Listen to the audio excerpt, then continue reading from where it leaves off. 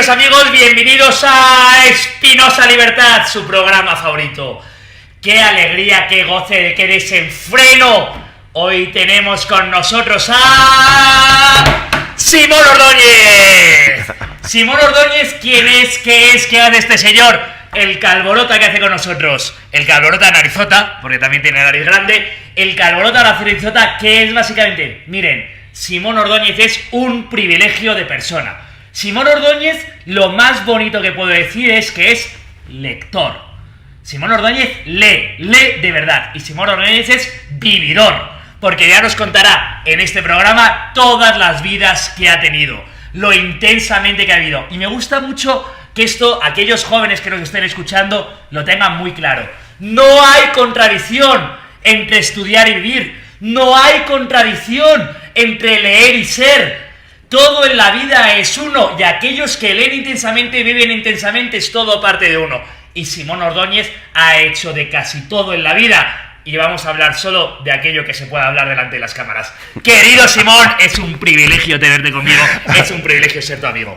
Bueno, muchas gracias, Luis. Buenas tardes, días o noches con todos los amigos. Simón, primera pregunta. ¿Qué has sido tú en la vida? Porque ahora eres honrado empresario y has sido académico. ¿Cómo se ha producido ese cambio de lo uno al otro? Bueno, en realidad he sido varias cosas, ¿no? La primera, y quizás la más importante, es que he sido arquero toda mi vida. Es verdad. Y el mejor arquero de las ligas barriales de Quito. Y sigo jugando en ligas barriales, incluso pese a que tengo 52 años. El reglamento ahora permite que los mayores de 50 actuemos como juveniles. ¿Sí? Entonces, mi carnet de cancha de la Liga Monteserrín tiene la J de juvenil. De juvenil. Es arquero juvenil, aquí donde lo puedes ver. Oye, y el mejor arquero de las ligas barriales, ¿eh? Bueno, eso es indiscutible. No sé si tanto, pero me defiendo. Si alguien lo quiere discutir, quiere hablar conmigo. Bueno, he sido arquero, he emprendido en muchas cosas. En algún momento he sido académico, manejé algún centro de investigaciones. He hecho de todo, ¿no? Ahora vivo haciendo muebles, ¿no? Fabrico muebles, hago también reformas arquitectónicas, este tipo de cosas, medio invadiendo otros campos, aunque en eso trabajo con un hijo que es arquitecto. ¿Y qué tan, o sea, quizás nos están escuchando algunos jóvenes y hay mucha gente, yo soy profesor de alumnos de universidad y hay mucha gente, los chicos me dicen, a los 18 años yo me puse a estudiar biología porque yo voy a ser biólogo. ¿Tú qué les dirías a ellos con tus 52 años y tu experiencia de cambiar de vida? ¿Qué tan interesante es vivir muchas vidas? Bueno, yo creo que para mí ha sido fundamental, a todo nivel, ¿no? Bueno, me he divorciado un par de veces, he cambiado muchas veces de casa, he vivido, no sé, en más de 20 casas en Quito.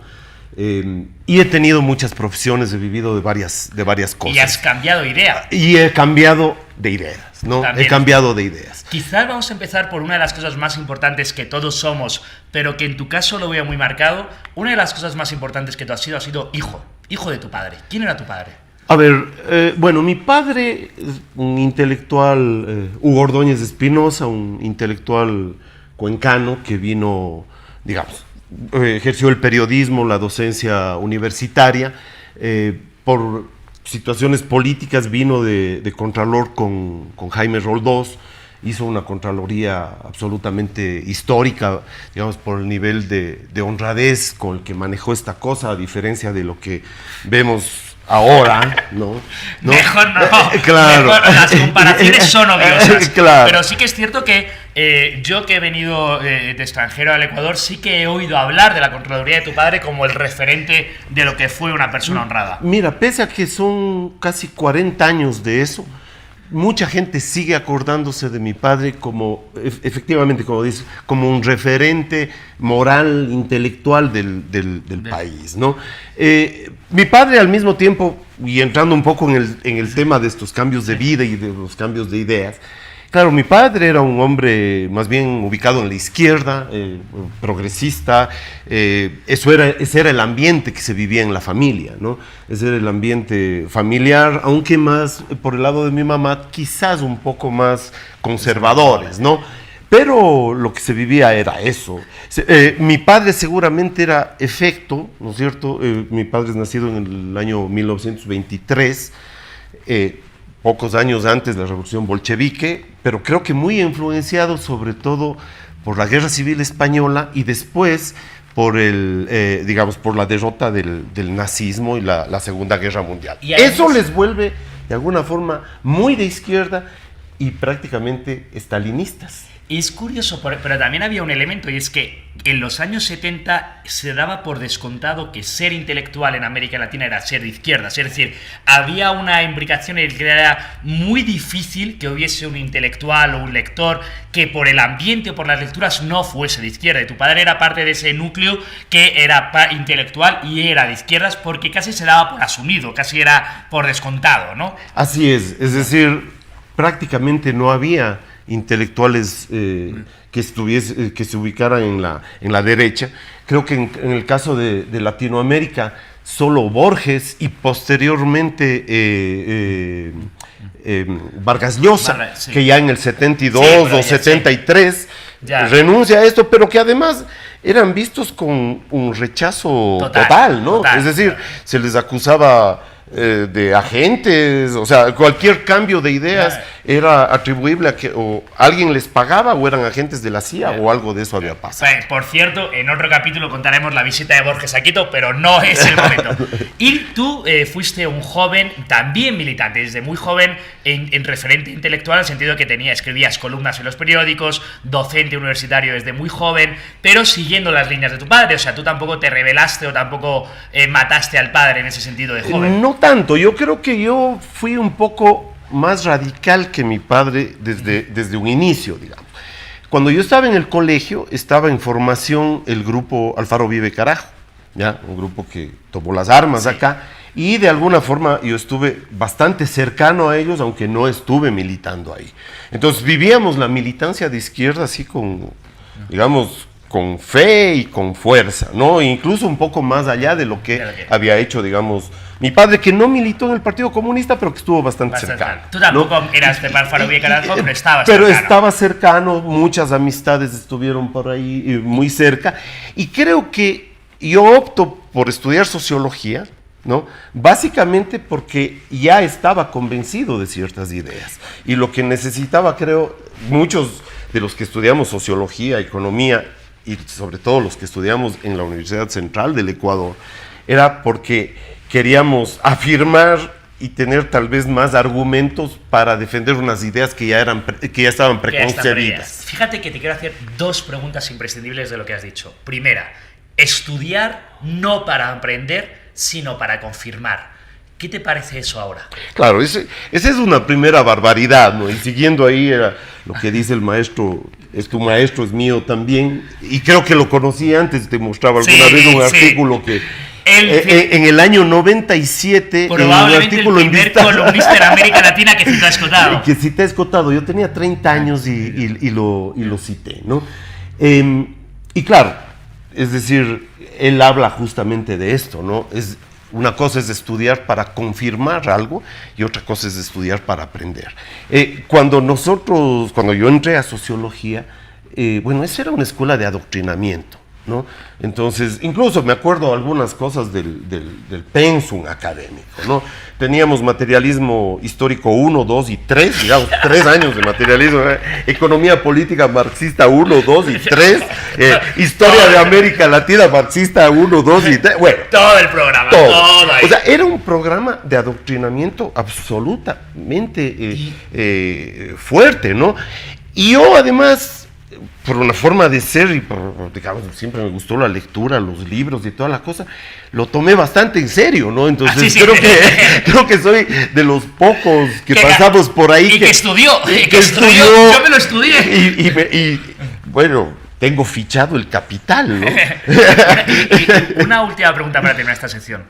¿Qué le dirías al tú de 20 años que estaba cerca de Alfaro Vive Carajo y que a lo mejor hubiese matado o usado la violencia por defender unas ideas? A ver, es una pregunta compleja, ¿no? Yo de alguna forma, lo que vengo haciendo en este momento es tratar de tomarme una revancha con mi pasado, con mi dogmatismo pasado, ¿ya? Es decir, por eso estudio tanto, reflexiono tanto, porque además creo que como de alguna forma en los años que di clases, en los artículos que escribí, en algún tipo de influencia que pude tener, contribuí a formar esas ideas y esas cosas, y siento que fue un error bárbaro. Tengo hijos, por ejemplo, y obviamente a mis hijos les he tratado de educar en ideas mucho más tolerantes y liberales, ¿no? Qué interesante, o sea, tú lees y escribes ahora para purgar lo que tú mismo leíste y escribiste hace 30 años. Queridos amigos, no me digan, Simón Ordóñez, ¿no se han quedado con ganas de conocer más, saber más, preguntar más en el siguiente parte de Espinosa Libertad? Queridos amigos, bienvenidos a Espinosa Libertad, la segunda parte de la primera entrevista con Simón Ordóñez, lector, erudito, vividor y el mejor arquero de las ligas barriales del Ecuador. Querido Simón, estábamos hablando antes de tu militancia de izquierda radical en tu juventud y entraste a la universidad y fuiste profesor de universidad o estudioso en la universidad durante muchos años. Pero acabaste dejando la universidad. ¿Por qué dejaste la vida académica, que yo como profesor puedo decir que es uno de los lugares donde mejor se vive dentro de una sociedad? Bueno, di clases 2 o 3 años, después estuve a cargo, yo coordinaba el Centro de Estudios Latinoamericanos de la Universidad Católica, hacíamos básicamente consultorías y temas de estos, pero básicamente era un trabajo de escritorio, además hacía las lecturas típicas que hacíamos todos, ¿no? Sí. Porque teníamos un molde y teníamos casi unos libros prohibidos. Aunque a mí, por suerte, siempre la literatura creo que es lo que me dejó un espacio para que siempre mi mente esté preparada para el cambio. Claro, ¿no? porque una cosa es, y eso también lo quiero decir muchas veces, una cosa es que uno no lea libros, o sea, sería bueno leer libros de todos lados, pero desde luego la literatura es ese campo donde no puede haber barreras ideológicas, es decir, no leer a un autor porque es comunista o no leer a un autor porque es liberal es una completa imbecilidad. La literatura se ha de juzgar por sus méritos literarios en sí mismo, y eso es lo que te permite expandir la mente. Nuestro querido como un amigo Leonardo Valencia tiene incluso un libro entero para hablar de eso, de la importancia de que la literatura, el arte, sea el campo de expansión. Curiosamente ahora ocurre lo contrario. Los autores muy de izquierdas intentan cerrar la literatura como esto es lo que hay que leer o lo que este es el canon. Oiga, no, la literatura es boom, tiene que explotarte. Pero eso ocurría desde antes, ¿no? Es decir, yo leía, leer a los marxistas que les llamaban revisionistas, como, sí, como Althusser, Polanzas, Gramsci o cosas por ahí, ya era transgredir un poquito. Y leer literatura como la de Kundera o de cualquiera de los disidentes de la Europa del Este era aún más grave, ¿no? Era apostasía y ese tipo de cosas. Pero curiosamente, ¿estamos hablando de los 80s o de los 90s o de esos son son los 90s, fines de los 90s. ¿Cómo viviste tú la caída del muro? O sea, ¿por qué la caída del muro no impactó en América Latina como realmente se catástrofe? Verás, a mí me pasa una cosa. Yo estuve de acuerdo con la caída del muro, quizás por el tema de haber leído a Kundera y Archipiélago de Gulag. Debo haber leído eso en el año 87, 88. Vale. Entonces, esas dos lecturas me hacían ver que la Unión Soviética, digamos, más bien por el tema de la burocracia y por este tema, era un proyecto fallido.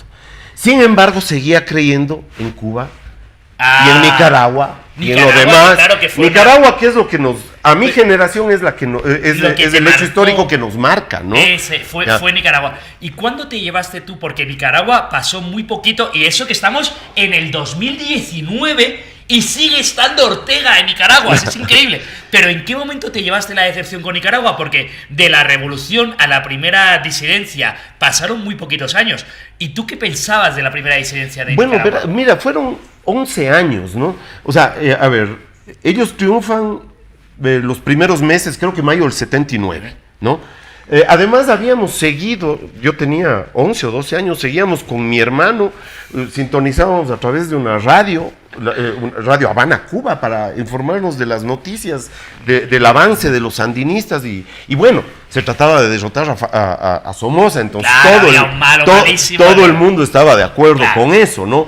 Pero claro, era la visión de estos guerrilleros heroicos y toda la cosa.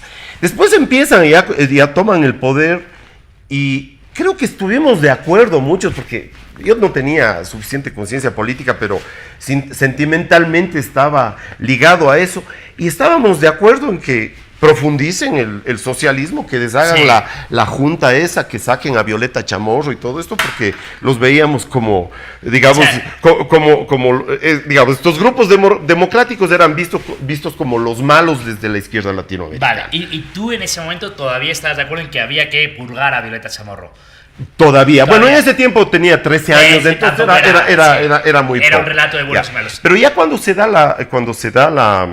la perestroika, ¿no? Es decir, 5 o 6 años después, yo estaba de acuerdo, me acuerdo de una conversación con mi papá, me preguntaba, ¿y vos qué piensas de esto? Porque ¿sabe? Yo decía, yo estoy a favor, y a mí me decía, qué raro, ¿no? Yo no entiendo bien esta cosa, yo no entiendo bien a dónde va a ir esta cosa, ¿no? Yo estaba a favor de la perestroika, pero no dudaba del ideario socialista. Claro, ya. Y aquí hay algo que tú eres uno de los más profundos conocedores de la izquierda ecuatoriana, y hay algo que me fascina, es que se cae el muro, se cae la perestroika, se cae el modelo, y la izquierda ecuatoriana se queda sin referentes y se ponen a rebuscar en toda la humanidad y encuentran un referente extraño, rarísimo, y se ponen a gritar ¡Hoxa! ¡Hoxa! Bueno, yo te contaba eso, pero ¿cómo llegaron ahí? A ver, pero eso es un poco antes, ¿no? Eso se da cuando muere Mao, ¿no? Muere Mao, a ver, primero el PC, el Partido Comunista, se divide en el PCMLE de línea china, maoísta, y el Partido Comunista de línea soviética, ¿no? El PCMLE le acusaba al otro de ser un partido extremadamente burocratizado, entonces aparece el maoísmo. Que era verdad. Pero Mao muere, me parece que en el año 76, ¿no? Y viene de les cambia la tortilla. Y como abre a un tema más liberal, los antiguos chinos se quedan sin referente. Ya no es la Unión Soviética, ya no es España todo. Se declaran albaneses, ¿no? Se declaran albaneses. Y entonces Enver Hoxha, ¿no? Y incluso por ahí he visto, me ha dado un poco de risa, hay unos muchachos que son dirigentes que se llaman Enver, ¿no? En honor a Enver Hoxha, ¿no? Alguna vez yo quiero reconocerles su capacidad de geografía mundial. O sea, rebuscaron. Oye, claro, imagínate Albania, ¿no? Albania, el referente para hacer las revoluciones mundiales, ¿no? Entonces, claro, ya, visto esto desde ahora, a mí me da chiste realmente, ¿no?